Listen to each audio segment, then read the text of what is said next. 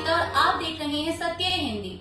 चलिए एक नजर डालते हैं अब तक की सुर्खियों पर। जम्मू कश्मीर के उपराज्यपाल मनोज सिन्हा के सचिवालय द्वारा स्कूलों में संस्कृत को अनिवार्य या वैकल्पिक विषय के रूप में शामिल करने का प्रस्ताव विवादों में घिर गया है। यह प्रस्ताव राष्ट्रीय शिक्षा नीति 2020 के प्रावधानों के तहत एक एनजीओ के प्रमुख पुरुषोत्तम लाल दुबे की याचिका के आधार पर आया है। हालांकि जम्मू कश्मीर की सरकार ने स्पष्ट किया है कि इस प्रस्ताव को अभी तक मंजूरी नहीं दी गई है और न ही स्कूलों में संस्कृत को अनिवार्य या वैकल्पिक विषय के रूप में शामिल करने की कोई प्रक्रिया शुरू की गई है। जम्मू कश्मीर के स्कूल शिक्षा विभाग ने शनिवार 19 जुलाई को एक बयान जारी कर उन खबरों का खंडन किया जिनमें दावा किया गया था कि कक्षा 6 से 10 तक संस्कृत को अनिवार्य और कक्षा 3 से 5 तक वैकल्पिक विषय के रूप में लागू किया जा रहा है। विभाग ने कहा कि यह प्रस्ताव केवल एक याचिका के आधार पर उपराज्यपाल के सचिवालय से स्कूल शिक्षा और उच्च शिक्षा विभाग को टिप्पणी के लिए भेजा गया था। विभाग ने स्पष्ट किया कि कोई औपचारिक प्रस्ताव, अनुमोदन या प्रक्रिया शुरू नहीं की गई है। संसदीय कार्य मंत्री किरेन रिजिजू ने रविवार को कहा कि सरकार सोमवार से शुरू हो रहे संसद के मानसून सत्र में ऑपरेशन सिंदूर समेत सभी महत्वपूर्ण मुद्दों पर चर्चा को तैयार है। उन्होंने यह बात मानसून सत्र से पहले बुलाई गई ऑल पार्टी मीटिंग में कही। रिजिजू ने सभी दलों से अपील की कि संसद की कार्यवाही सुचारू रूप से चलाने के लिए सरकार और विपक्ष के बीच बेहतर समन्वय होना चाहिए। संसदीय कार्य मंत्री ने जानकारी दी कि न्यायमूर्ति वर्मा को हटाने के लिए लाए जा रहे महाभियोग प्रस्ताव को सांसदों का अच्छा खासा समर्थन मिल रहा है। उन्होंने कहा कि इस प्रस्ताव पर 100 से अधिक सांसदों के हस्ताक्षर हो चुके हैं। इसके साथ ही उन्होंने अमेरिकी राष्ट्रपति ट्रंप के बयानों को लेकर विपक्ष द्वारा उठाए जा रहे सवालों पर कहा कि सरकार संसद में इस मुद्दे पर उचित जवाब देगी। कल सोमवार से शुरू हो रहे संसद के मॉनसून सत्र से पहले आज रविवार को ऑल पार्टी मीटिंग हुई। बैठक में भाग लेने के बाद कांग्रेस सांसद गौरव गोगोई ने कहा कि काफी समय बीत चुका है और सरकार को अपनी चूक के ऊपर अपनी बात रखनी होगी। युद्ध के लिए हमने अपनी सेनाओं को पूरा समर्थन दिया। इसके पश्चात जो घटनाक्रम हुआ है उस पर प्रधानमंत्री को प्रकाश डालना चाहिए, क्योंकि जो बयान अमेरिकी राष्ट्रपति डोनाल्ड ट्रंप की ओर से आ रहे हैं वे कहीं न कहीं भारत के गरिमा और सेना के शौर्य पर सवाल उठाता है। आज चुनाव आयोग विभिन्न राजनीतिक दलों के साथ वार्तालाप करने से भी हिचकिचा रहा है। रक्षा और विदेश नीति पर बात रखना बहुत जरूरी है। प्रधानमंत्री मोदी ने कहा था कि मणिपुर में कुछ ही महीनों में शांति बहाल हो जाएगी, लेकिन लगभग 2.5 साल हो चुके हैं और वहां अभी तक शांति स्थापित नहीं हुई है।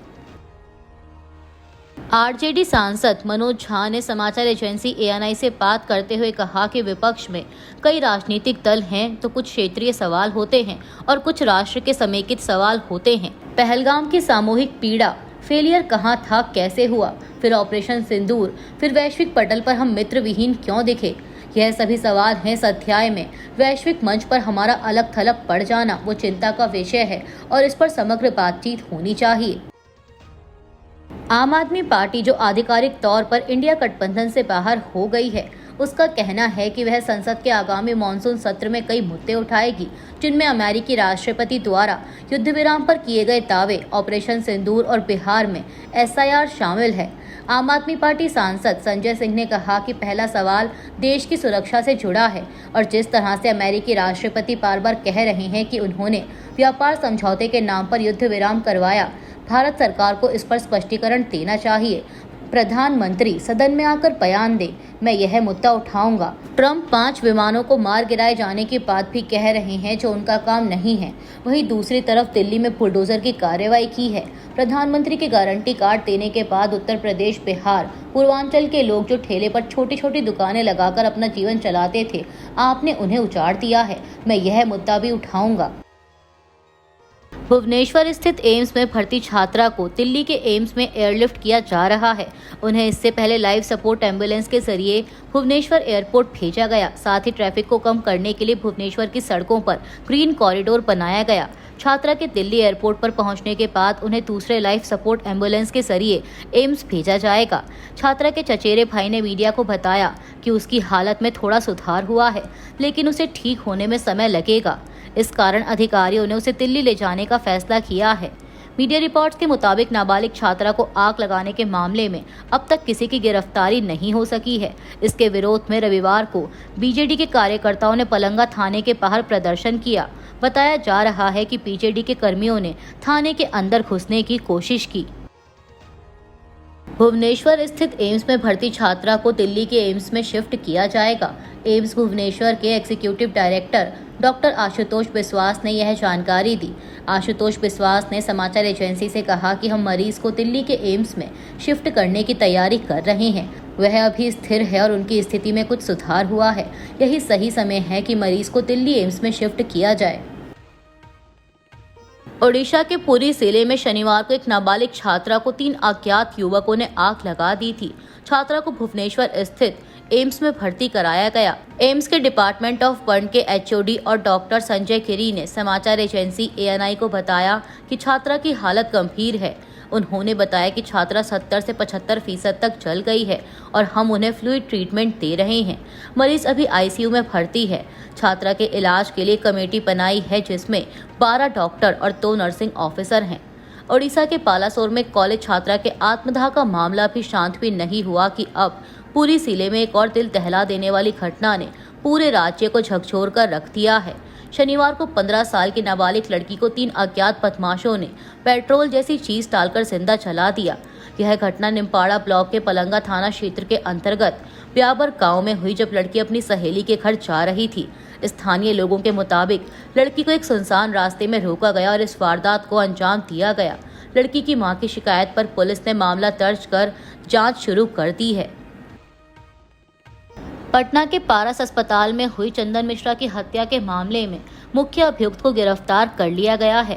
मुख्य अभियुक्त के साथ ही 3 अन्य अभियुक्तों को भी गिरफ्तार किया गया है। पटना के एसएसपी कार्तिकेय शर्मा ने मीडिया को बताया कि इन चारों की गिरफ्तारी रविवार सुबह कोलकाता से हुई।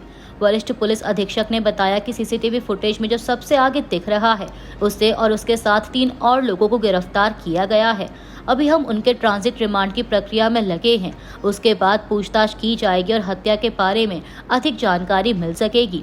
बता दें कि पटना के बड़े अस्पतालों में से एक पारस अस्पताल के कमरा नंबर 209 में गुरुवार सुबह तकरीबन 7:15 पर चंदन मिश्रा नाम के एक व्यक्ति की हत्या कर दी गई थी। इसके लिए 5 व्यक्ति पिस्टल लहराते हुए इस कमरे में घुसे और चंदन मिश्रा नाम के शख्स को गोली मारकर चलते बने। अस्पताल में हुई घटना के सीसीटीवी फुटेज में हमलावरों के चेहरे पर कोई मास्क नहीं है। वो कमरे के बाहर पहुंचकर अपनी कमर से पिस्टल निकालते हैं, कमरे में घुसकर गोली मारते हैं और बिना किसी जल्दबाजी या घबराहट के चले जाते हैं। इस घटना के बाद पटना एसएसपी कार्तिकेय शर्मा ने बताया कि चंदन मिश्रा सजायाफ्ता कैदी है। वो पैरोल पर बाहर था और यह आपसी रंजिश का मामला लगता है। उत्तर प्रदेश के मुख्यमंत्री योगी आदित्यनाथ ने रविवार को कांवड़ यात्रियों से अपील की है कि वे उपद्रवी के रूप में छिपे उन तत्वों को बेनकाब करें जो यात्रा को बदनाम करना चाहते हैं। उन्होंने पत्रकारों से बात करते हुए कहा कि जहां उत्साह और उमंग है, श्रद्धा और भक्ति है, उसको भंग करने के लिए कुछ तत्व लगातार प्रयास कर रहे हैं। सीएम योगी ने कहा कि ऐसे तत्वों की ओर से यह प्रयास किया जा रहा है कि कांवड़ यात्रा को बदनाम किया जाए। ऐसे में यह हर कांवड़ संघ का दायित्व बनता है कि वे किसी भी ऐसे तत्व को जो भगवान शिव की इस पावन यात्रा को बदनाम करने का प्रयास करके उपद्रवी के वेश में छिपे हुए हैं, उन्हें बेनकाब करें और प्रशासन को तत्काल इसकी सूचना दें।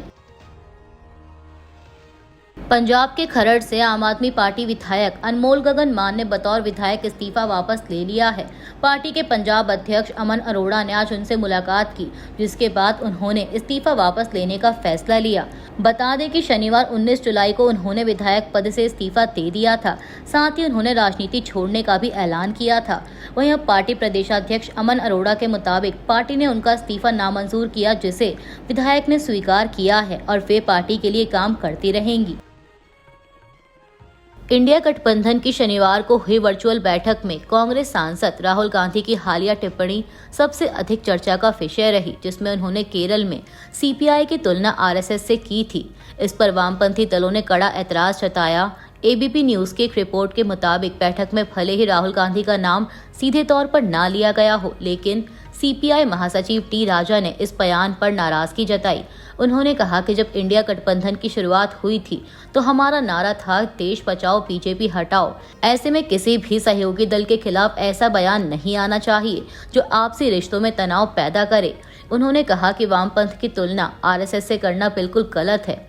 बता दें कि राहुल गांधी ने हाल ही में केरल में कार्यक्रम के दौरान कहा था कि सीपीआईएम और आरएसएस दोनों में जनता के प्रति संवेदनशीलता की कमी है।